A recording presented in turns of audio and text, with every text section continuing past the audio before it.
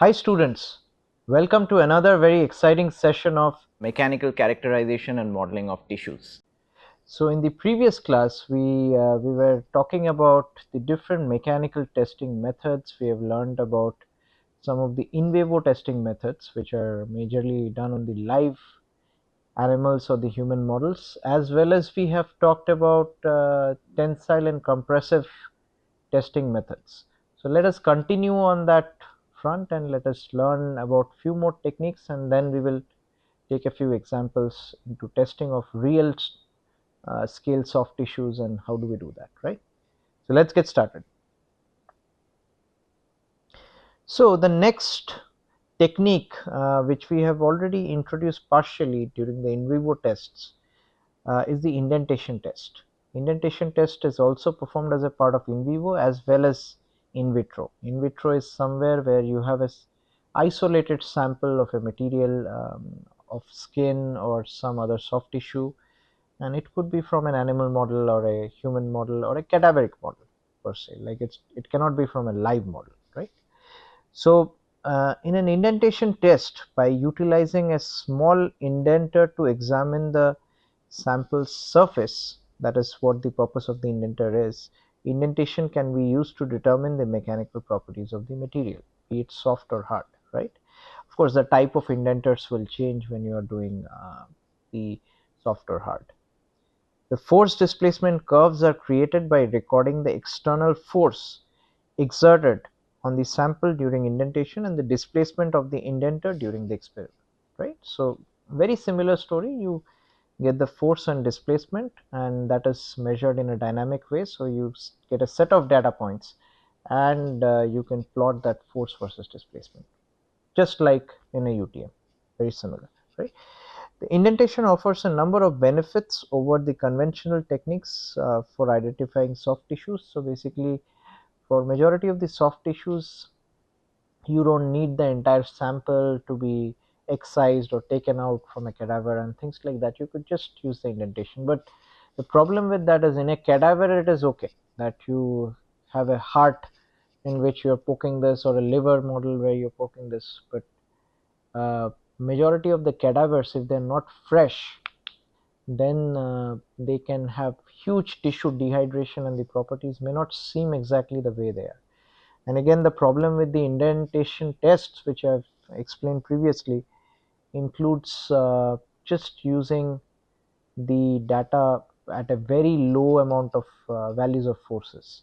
So at a higher value of force, which is usually experienced in real life scenarios, what will happen that indentation cannot predict, right? So let's say I take a static indenter based hardness or some kind of measurement that cannot replicate what may happen to the skin or any other soft tissue when you get hit by a bullet or hit by a moving object, right? Like, or some kind of injury or disease criteria that is there, right?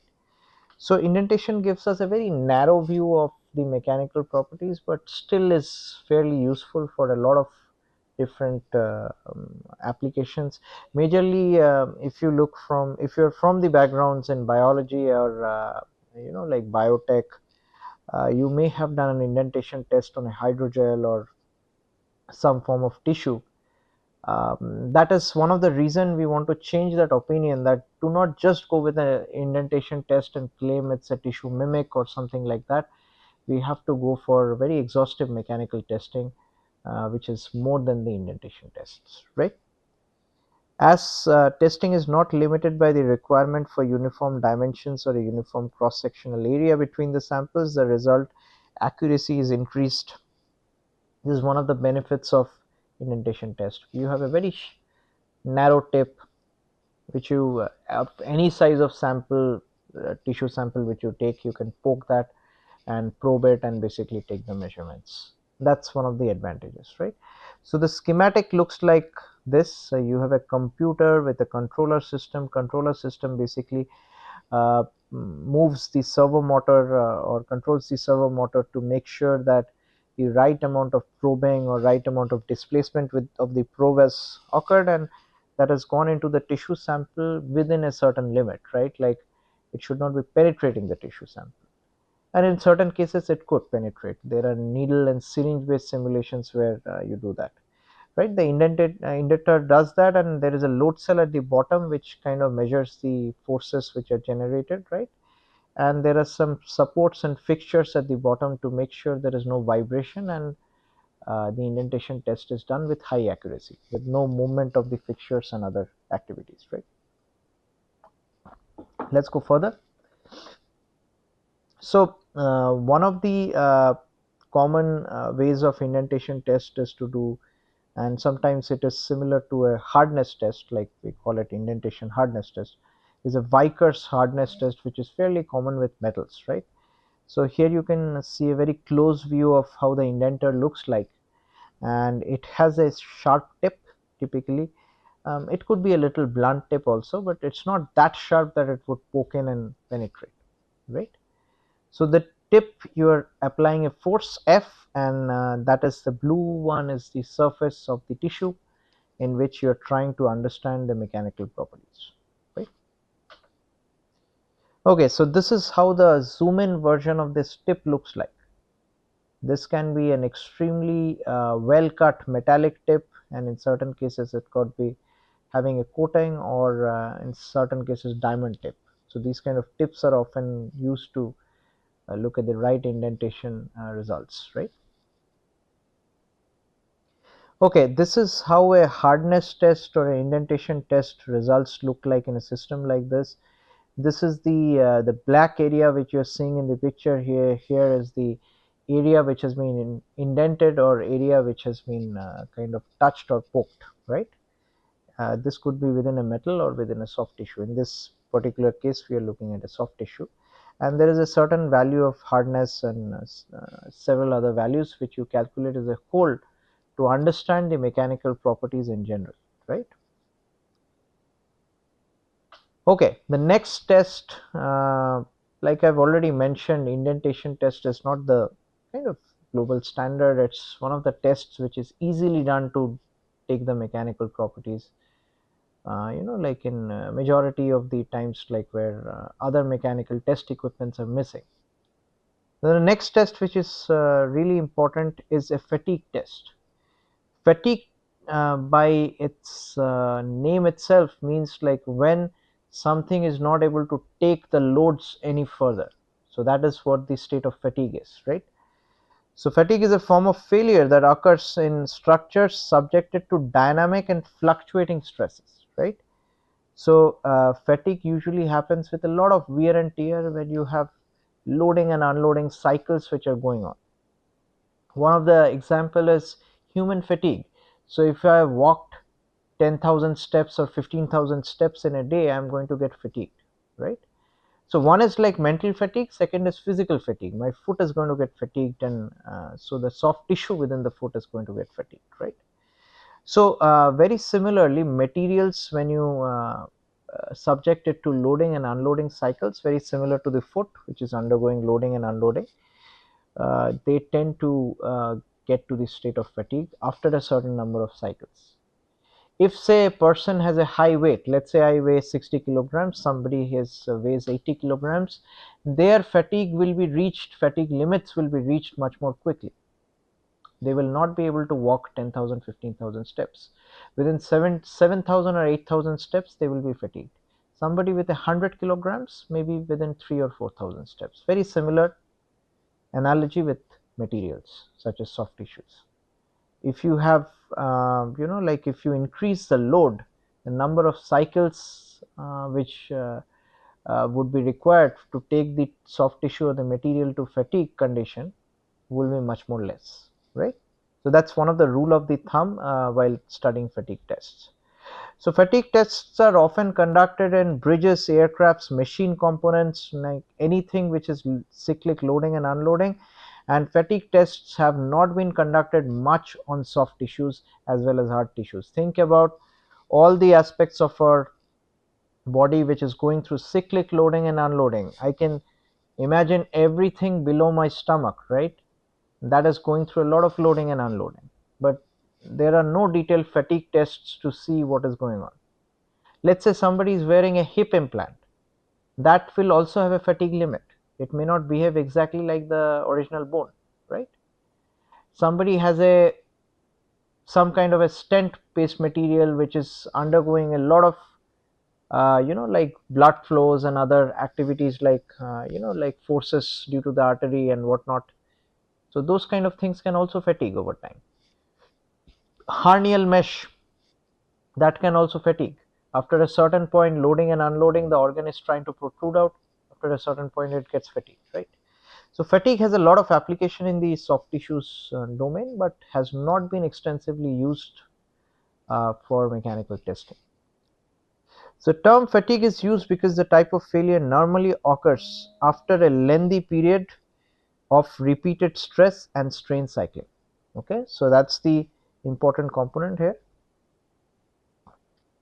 On a macroscopic scale, macroscopic is something which you can see and feel, like something which I can touch. On a macroscopic scale, the fractured surface is usually normal to the direction of the principal tensile stress, right? So there is a principal tensile stress direction where the stresses are located in a material. I'm not going to get into the detail. That's a study of the mechanics of material, which we are going to excuse from. But there is a principal tensile stress direction in any kind of material when we load it. And what this is saying is usually normal to the direction of the principal stress. That is where the fatigue based fracture or rupture happens, right? So fatigue failure is usually initiated at the site of stress concentration, fairly intuitive. Example, a notch in the specimen or a acicular inclusion, right? So let's say I have had an implant like an ACL implant or some kind of surgical implants in the body. That is where you have a cavity, you have a different material. It has higher chances of getting fatigued after a while of loading and unloading. That's why there are a lot of recalls for implants and they have to be replaced through a total hip replacement surgery or things like that, right?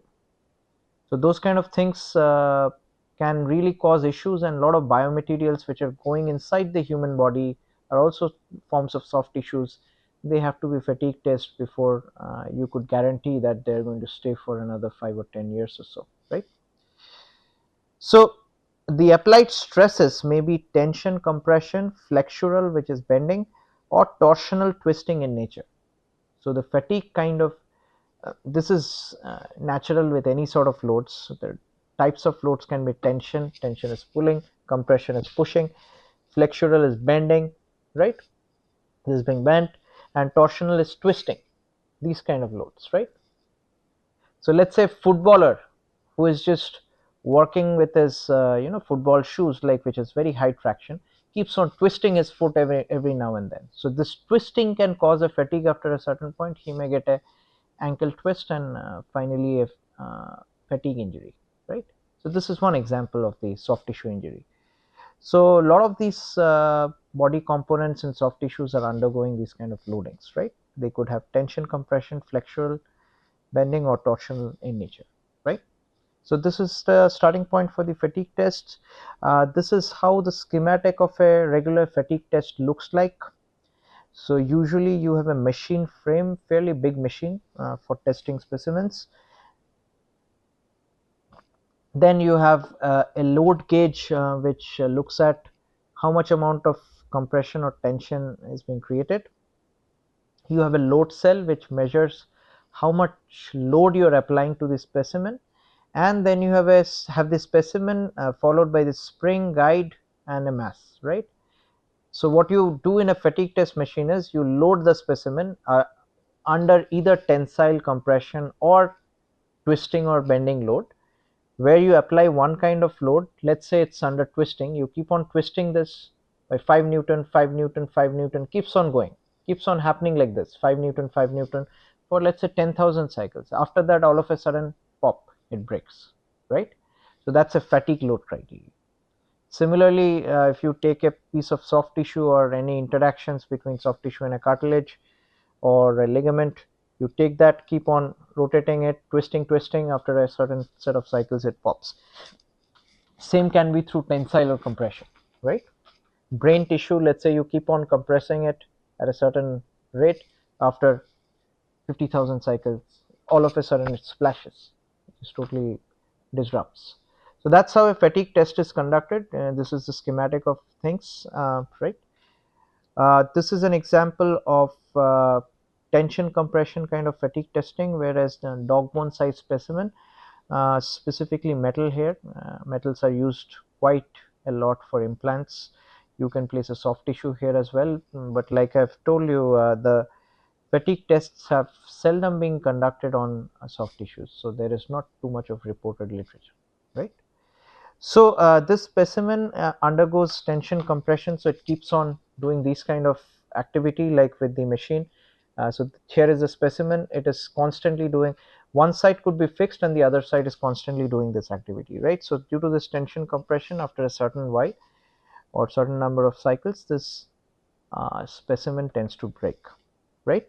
So this figure on the left shows you a broken specimen, and what the direction of the breaking is like, that could also be observed. This is usually vertical or perpendicular to the plane of stress, right? Another thing which is looked upon is after the fracture we do analyze the fracture. This is also missing for majority of the soft tissues, right? So if you look at the broken specimen on the right figure, there are a lot of information on how the crack or the breaking is going to happen. Why is this information important? Think about any kind of sports based injuries or any kind of injuries which can happen due to your foot, ankle, or any other components of your body like which you're using for your athletic activities. There, if you can predict that your foot is twisting or being used for, let's say, 60 days of constant playing, this can lead you to a fatigue fracture which is irreparable. That particular athlete is going to lose his or her job or has an irreparable damage, right? If you can predict that beforehand by testing these kind of soft tissue and hard tissue specimens beforehand, then you can direct to the athletics training centers and other people that hey, like, just make sure after 50 days the athlete takes a break for at least a month before he plays the game of football or basketball again, right? So a lot of important decisions can be taken even with an implant. Let's say there are no ways to standardize an implant by saying this is going to survive 10,000 cycles, right? Let's say you have a hip implant or some kind of a spinal implant. How do you know this is going to survive this many amount of cycles? Many of the companies will just test them in under certain forms of loading and tell them that this will survive, right? But they have to be tested under biomechanically accurate loadings, what the spinal column can actually go through. So let's say my spinal column has certain implants due to some injury. So my spine can rotate, my spine will have a compressive loading, my spine can have tensile loading, mostly compressive. So if I can apply all these loadings and then look at what is the fatigue cycle and possibility of rupture of that implant or spine in general, then I can take certain decisions on how that implant rating could be, what should be the standards. So there are a lot of implications on understanding the fatigue fracture techniques as well as like when it is going to fracture. So two information which needed from fracture at after how many cycles and with how much load this particular soft tissue or material is going to fracture, and what is the type of fracture, what is the mode of fracture. Type or mode is used interchangeably. Here we are looking at residual fracture area and a fatigue crack propagation area. This is of primary importance because this is the fatigue crack propagation area in which majority of the cracks are located. If you break any of the specimens with a similar loading condition, you will see some very similar finding here, right? So a lot of the things can be predicted by studying the soft tissue characterization beforehand into applications which are innumerable, starting from sports to military to like combats to any sort of like daily activities, things which you wear, implants which you place, and so many other things like athletic activities or gymnasiums, like things like that. Many of the things will have implications. That's why understanding the mechanical properties is of utmost importance. Okay, further into the fatigue testing, this is looks like a sinusoidal plot where you are looking at stresses. So there is a stress amplitude, that's a maximum value of stress. So these stresses are loading, unloading, loading, unloading. That's how you apply tension, compression, tension, compression. That's what is the specimen or the soft tissue getting subjected to, right? So this is subjected over a certain period of time, and we kind of calculate the same frequency or same amplitude keeps on going. This keeps on happening for, let's say, days. Third day, 3.5 day breaks all of a sudden. So that's how fatigue tests are done. They usually take a lot more time than regular universal testing machine based tests or UTM tests. UTM tests are quick. You set them up within the next 15-20 minutes, half an hour, you can do a test. Fatigue tests will take a while, because unless it reaches certain number of cycles, it may not break. Another important aspect is, if the loading is very low in a fatigue test, it may not break at all. Specifically for soft tissues, like let's say I, for some job or some work related issues, I keep on twisting my arm like this. Is it going to break? Probably not, unless I twist it way too much and keep on twisting it like for 20 days or 30 days, then it may have some fatigue damage. Otherwise it's going to work normally, right? So the amount of load is of importance along with the number of cycles, and that is kind of related with the amount of, inversely proportional with the amount of cycles, at least to some extent. Yeah, when the loading is very high, it has a high chance of getting fatigued at a lower number of cycles, and vice versa.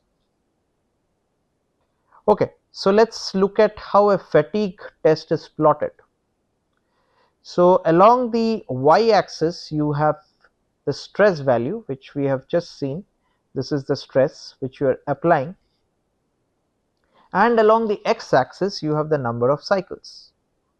Typically this would be like a logarithmic kind of scale, because you have a lot of cycles here, and you cannot plot it if you had to plot all of these, right? So you have a 10 raised to 1, 10 raised to 2. So this is kind of a log cycle, log plot, right? And along the direction of y-axis you have certain values of stresses, right? So here you are seeing some points here. This is known as a SN diagram, stress number of cycles diagram, right? So this is very popular and one of the gold standards in fatigue testing, right? So one thing which you can see in the points is, when the stress is 300, for example, you can see one point here, then the number of cycles which are required to break the specimen is 10 raised to power 4. So 10 followed by 4 zeros. So how much is that? 10,000. Then when you place this to around 248, the number of cycles, so loading has decreased, number of cycles increased drastically. You are looking at 381,000 cycles or something like that, right? So you can determine certain number of loads, like for example, it's a little bit less than 248, I think somewhere around 230 or 240, where it is shown by an arrow. Arrow basically means it's not going to break even after 10 raised to power 6 cycles, more than that, right? 10 raised to power 6 is 10 lakh cycles. Even after 10 lakh cycles, nothing is happening with this specimen. This is the ideal thing to watch out. If we can apply a certain amount of load which is never going to break it, or it is going to break it beyond warranty limits, that is perfect, right? What is the implication of this? So if in my football play I can make sure I can twist my ankle while like doing all the different moves and cutting moves and maneuvering moves by just a certain angle only, not beyond that, then I can probably make sure even after 60 days my ankle is totally fine. And so much for the implants. If the implants can be built with materials or something like where certain loadings are not going to cause its failure even after 10 lakh cycles or 1 crore cycles, that is the ideal material or ideal loading to be applied. Loading, of course, you cannot control in an implant because that's the body, so you can control the material. So this is a very important understanding, what can we control to achieve what, right? So at the end of the day, the goal is very simple. We do not want anything to be fatigued. because under fatigue loading, if something breaks, it may not come back to its original. Under any loading, if anything breaks, it is not going to come back to original. So we do not want any soft tissue or any hard tissue to break in the body, right? That's very clear. So in order to do that, we can do a prior fatigue testing to make sure whatever loads or whatever other things which we are wearing or placing inside the body, be it implants, biomaterials, some wearables like insoles, or whatever kind of things we are wearing, or we are playing a sport or doing certain activities, it should not fatigue my softer hard tissues, right? So that's the idea. So hopefully this SN diagram is clear. This is how the diagram looks like further. You can extrapolate the SN diagram to look like this, right?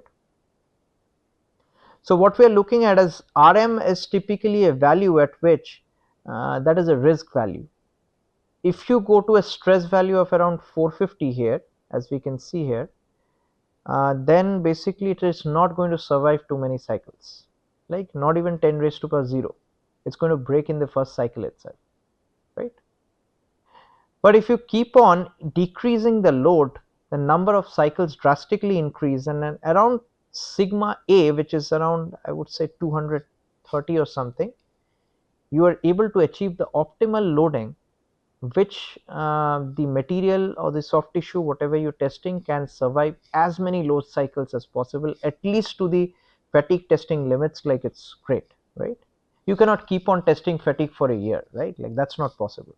So the fatigue test has to be done in the orders of magnitudes, like up to 10 raised to power 8 cycle is okay. Till that point, if you cannot find any breakage, that means it's not going to break, it's fatigue compliant, right? It's not going to fatigue. So this is how typically an SN diagram looks like. So how do you obtain this SN diagram? Why do we have to extrapolate? Why don't we get too many points just like a UTM test? Because here the testing method is very complex and long term.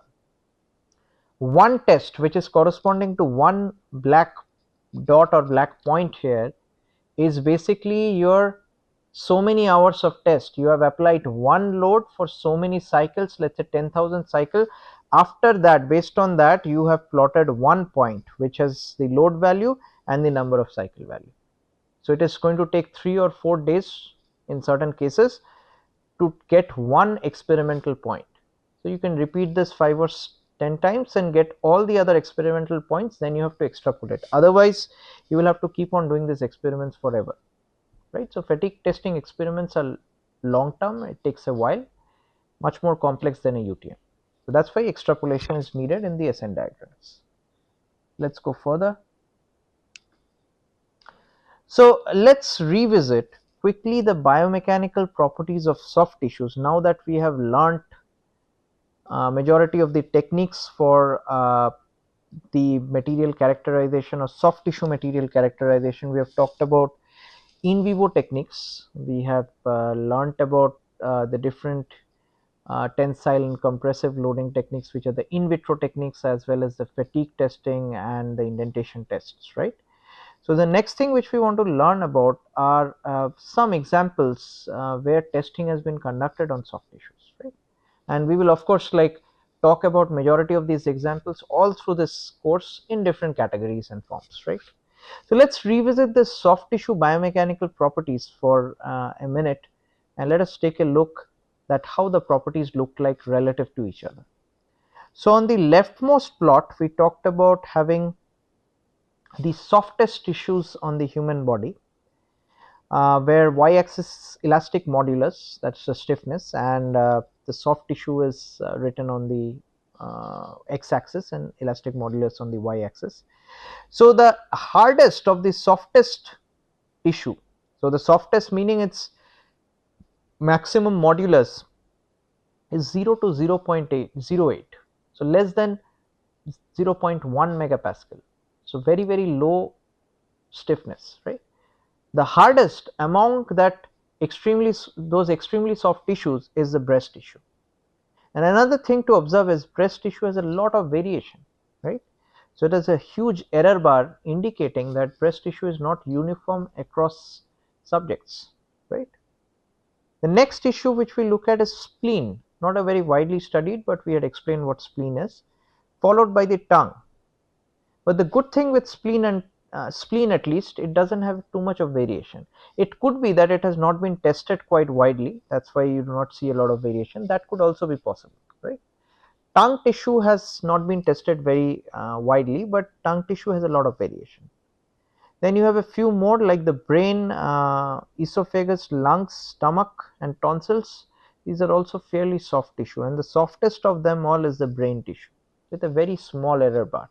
That meaning, if you pick up a human brain from any cadaver, or if you want to take the mechanical properties of any brain, it is going to behave very similarly, which makes it really a good soft tissue subject to test. And that's why if you search brain tissues characterization, mechanical characterization, you will find a plenty of literature, because it is very uniform across subjects. It doesn't change with subjects, unlike breast tissue, right?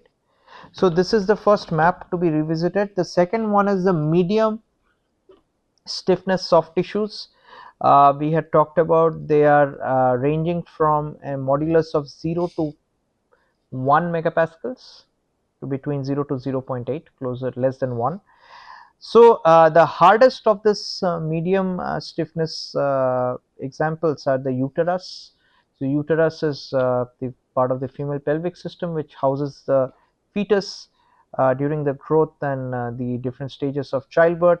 And the uterus has a property which is very unique, with a very small error bar, indicating that the uterus properties across subjects is very similar, which is again a subject of huge like mechanical testings, right? Next is gallbladder, but gallbladder has a huge error bar.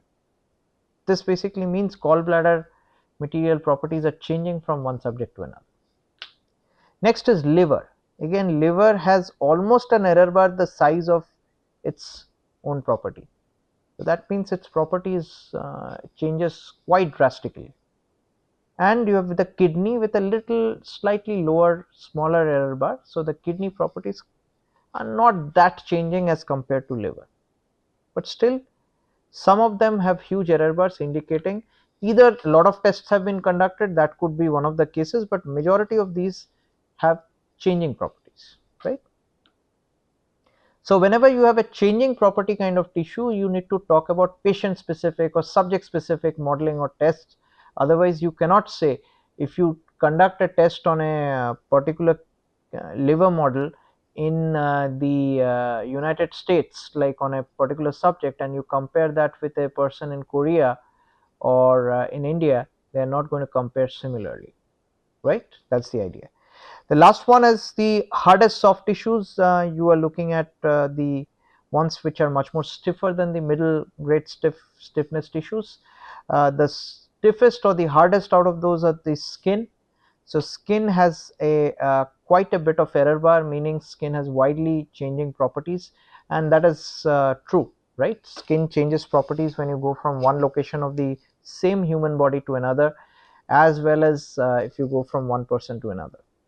Followed by the oral cavity, the vaginal canal, the heart, which has a quite a bit of error bar, small intestine, and then muscle, nasal cavity, colon, and urinary bladder, which are fairly small in terms of elasticity modulus. So this is how the hardnesses or the stiffnesses or the strength of the different materials, soft tissue materials, compare, right? So this is a nice revisit, and it's good to keep that in mind while we discuss the next steps. Okay. So let's take an example of a case study where we wanted to test an artificial brain tissue in vitro using all the mechanical test methods which we have just learned, right?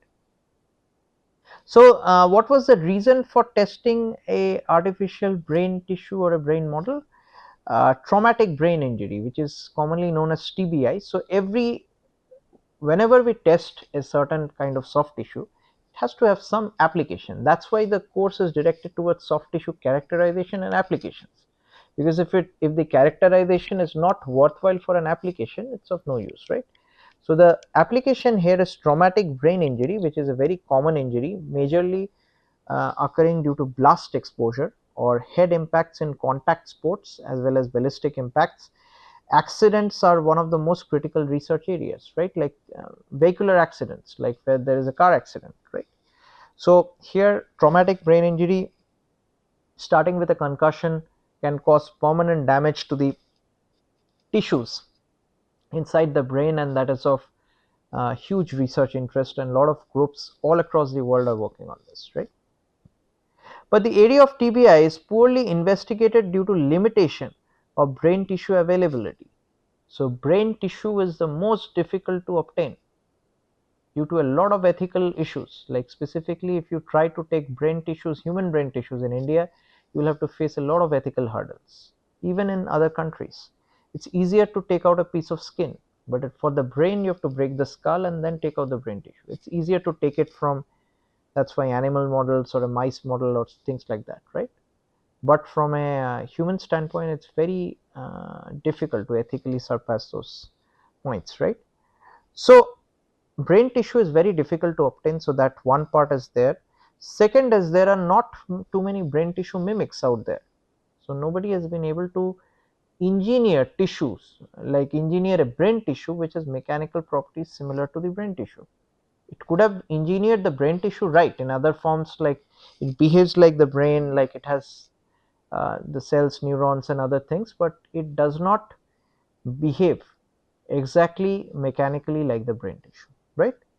So in order to overcome this limitation, there is another thing to be observed, as the brain tissue is difficult to acquire in an autopsy and test in the lab setting. To tackle this issue, a full size human brain simulant was proposed and developed using a polymeric material which tends to simulate the mechanical properties of the brain tissue, and then we wanted to give it a structure of the brain so that the structure and property both are there as close as possible to the brain, right?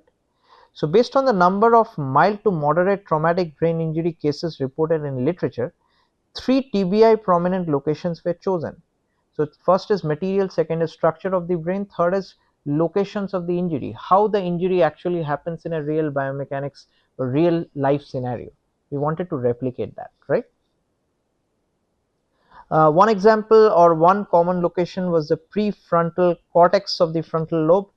Then the next location was top portion of the parietal lobe, and the third was temporal lobe of the right hemisphere of the brain, right? So these are the 3 locations in which we wanted to test the mechanical properties. So now this is getting more and more interesting, where we have started with learning the tissues, learning the organs, then reviewed all the mechanical tests. Now we are going to apply them and see some of the case studies where they have been applied, right? So as a first step, what we did was, to obtain the brain structure, we got a full size brain model from MRI scan, right? So through an MRI scan, you get a stack of images, right, which are usually like a millimeter, or there is a certain gap to those images how they are collected. The stack of images are usually saved as a file which is known as a DICOM file. You can load it up like in a image segmentation software which is available online free of cost, or you can use softwares which are paid. They are much more quicker in segmenting. What the segmentation software does is, it takes the set of images along the 3 planes, right, looking at planes like this. So let's say this is my brain, we have taken images like this, and images like that, right? So all the 3 set of images, let's say 100 to 200 images along these 3 different planes, they are now kind of contoured to figure out what is the periphery of the brain, right? Either they are done automatically or they are done through some kind of manual segmentation. So once these segmentations have been done, finally a brain model which is as accurate as possible to the real brain structure is generated, like what you see here, right? This is just a representative model. You can see this from the top view as well as side view. So this is an original model which was taken from the MRI imaging, right? The next step was, we create, using different CAD and engineering softwares like SolidWorks and all, we place this brain model or the brain surface model, and we subtract this from a box or something like that, and we make two negative molds where we can work with and pour a material which is castable, right. So here you are looking at A and B, which are the two parts of a mold, where one part is depicting the top part of the brain and one part is the bottom part of the brain. uh, Specifically here the sides actually left and right, so that is how they have been merged, and there are some openings from which you can pour the material, which is a silicon based material here, which has been proven in literature to and through our research group works over the years, that it is able to mimic the brain tissue property as close as possible to the real human brain, right. So once that model is placed, like once that material is placed within this model, these three pointers where you're looking at the whole peg kind of mechanism, make sure that the top and the side part is not moving, they're exactly where it should be, otherwise the brain can get a little displaced, right. So this is to make sure like the brain model is exactly proper, right. Then the final brain simulant is generated once we leave it to cure for a while, right. The left side and right side of the brain simulant looks like this, fairly well integrated and kind of sticks in. So if you look at the A and B on the right side, this is how each of these parts left and right looks like, and usually you place this material, these are all in the literature already, and some of them are patented materials. So you pour them, leave it for like 15 or 20 minutes, and then you stick them together, uh, put a some kind of a like extra weight or something on top of this system, and then finally let it cure, and they properly blend in and stick in, and finally the brain model is produced, like what you can see on the left bottom, right. So this is the fabrication technique of the full scale brain model. This was followed by testing of the artificial brain model. So here the point to be noted here is we retained the structure of the real brain, as well as we had a material property which is as close to the brain as possible, right. Now the next part is we wanted to place this brain in a UTM. Here what you see in the blue is a universal testing machine, and we are trying to use do compression. So we have two compression grips, one on the bottom which is fixed and one on the top which is going to move, and that is further attached to a load cell, right. So we have three ways in which the brain was placed. Top portion of the parietal lobe where the load was applied, that was configuration 1. B was prefrontal cortex of the frontal lobe, and third was temporal lobe. So these A, B, C configurations are depicting the same, right. Yeah. So further, the cross sectional area details of these three tested locations are mentioned. You are looking at the cross sectional areas, the length of the specimen, right, like the entire length or depth of the specimen, the cross sectional area which is in touch, and the strain rate which you are observing. One thing to notice here is whenever you are testing a soft tissue or a specimen which is a simulant, right, how can you call something a simulant? If it has been tested in the same strain rate what the live tissue has been tested on. Either I am only testing the live tissue, or somebody in the literature or somebody with a previously published work has tested the live tissue of let's say human brain. They need to declare there what was the strain rate which was, or the displacement rate which they have used to conduct the tests. You need to replicate the same. We did the same. Otherwise there is a notion that if the strain rate or the displacement rate is changed, the overall stress strain property of the material drastically differs or changes. I'm going to talk about strain rate effects in the next session, like where we basically discuss what happens when you increase the strain rates, right. So strain rate has to be kept almost as close to possible similar to the literature. Then so we took three strain rates, 25 millimeters per minute, a little on the lower side we took 100 millimeters per minute, and finally 300 millimeters per minute, this is little on the higher side. So this is exactly as per literature where they had tested an entire brain model, right. So we wanted to compare at least some of the results. Otherwise, we cannot declare that our simulant is similar to the real brain if it doesn't compare with any of the results in literature, right? So this was very important. We conducted very comprehensive tests with 3 different strain rates and these 3 different configurations. So we have a lot of, and also another thing, every test was at least repeated thrice. So you have 3 times 3 times 3, right? So at least 27 plus tests were conducted, right, with these kind of configurations after the development of the model. What happened next? We got a range of load versus displacement data curves, which you can see here. The uh, plots on the left side you are looking at based on the configuration in which the brain model was tested. The first one you can see here, when you have the top portion of the parietal lobe, you are looking at all the different strain rates. You are looking at the maximum load of around 600, and also you have error bars for all of them, which shows each of the test has been repeated at least thrice, right? Then in B you have tested it in prefrontal cortex of the frontal lobe. That was a different configuration at 3 different strain rates. Again, the results had a little bit of demarcation or changes, right? And then thirdly, there was the temporal lobe where you could see quite a bit of demarcation in the results, like across strain rates.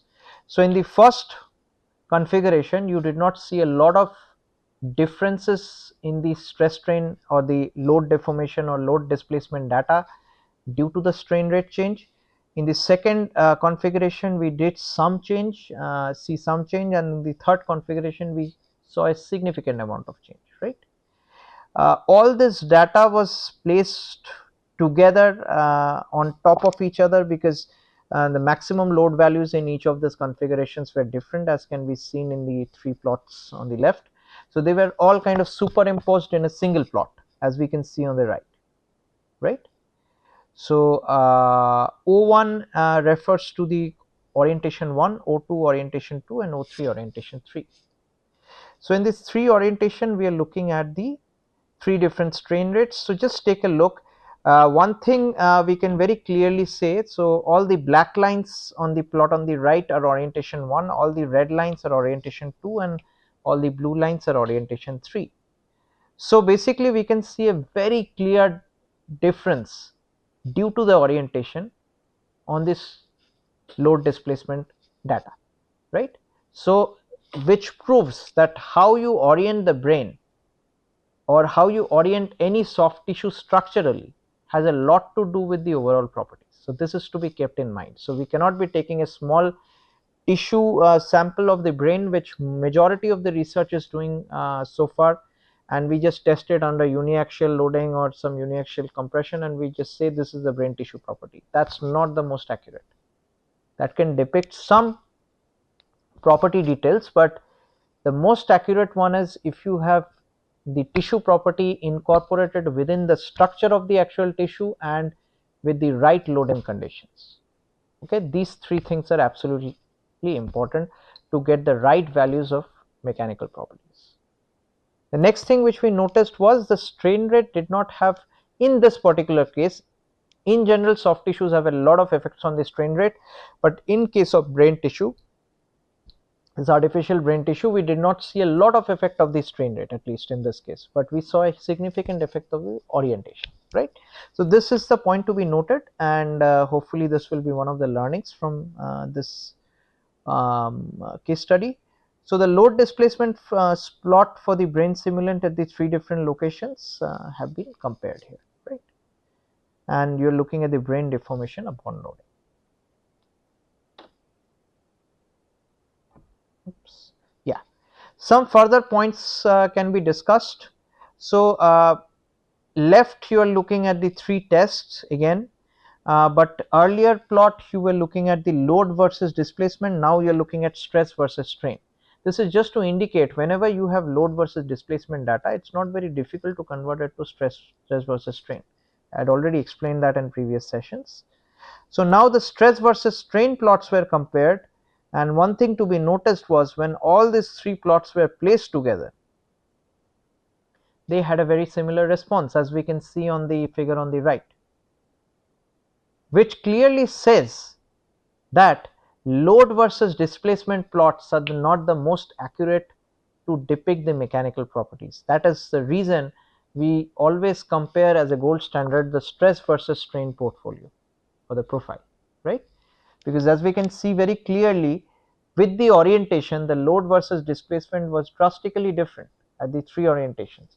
But when you compare the stress versus strain, which is normalized by the area of contact is very different when brain is placed this way or versus this way, right? When this is normalized by the right area of contact, then and the depth, then it gives almost similar results. This is what we want to see when we work with brain simulants or when we talk about brain mechanical properties.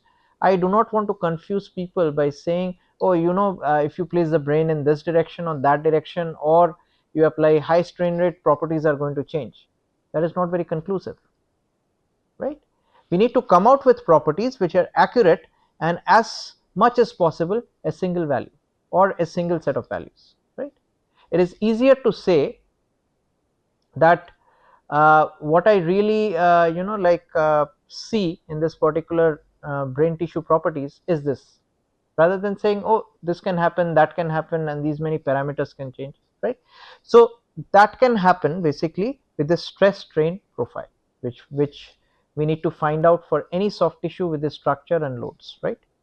So here it's a very classic example where we are not seeing a lot of difference due to orientation of the stress strain on the stress strain profile, neither due to the strain rates, right? Further, we have uh, included some slopes, we have included some curve widths of the slopes to find the modulus of elasticity, but as I had mentioned, the modulus of elasticity of any curve keeps on changing, right? The slope keeps on changing. So one thing which can be done as per literature is you can define two different modulus for any curved line. One is known as a low strain modulus, which is obtained by uh, drawing a line which starts from the 0 0 and is tangential to the curve, right? Tangential to the stress strain plot. So that is known as the low strain modulus, which is given in purple color. The other line is high strain modulus. High strain modulus is this green line where at the point of maximum loading, at the point where you are seeing the highest amount of stress beyond which the specimen is going to break, if you start a line from there and draw it tangentially to the curve, then basically you get a high strain modulus, the slope of that curve, right? Now you can say the tissue property lies between the modulus A, low strain modulus, to the high strain modulus. Is it the most accurate way of saying this? Probably not, but it gives you a range. The more accurate way of doing that is using hyperelastic model formulations, which will be covered in the upcoming sessions, where we talk about how to uh, use the right curve fit equations where the entire stress strain profile can be properly curved, right? Time है 54 minutes, ठीक है, इसको I think and कर देते हैं, इसका अगला मैं लूंगा नहीं तो इधर ही एंड कर देते हैं, ठीक। So with that, I think some of the key learnings from this is for any soft tissue, we need to first of all look at the material property, second is look at the structure, third is look at the loading schemes which is as accurate as possible to the real loading scenarios, and final, we want to draw the stress strain profile of these final models, right, through the appropriate type of testing. Only then we can compare it not only with the literature findings where an actual tissue has been tested and say possibly this is a simulant or we have found similar results and we want to test something further, right? So these kind of conclusions could only be drawn if this is comparable at least with something. So these three steps have to be conducted in order to properly test a tissue and make sure that the mechanical characterization is holistic, it has been done properly, right?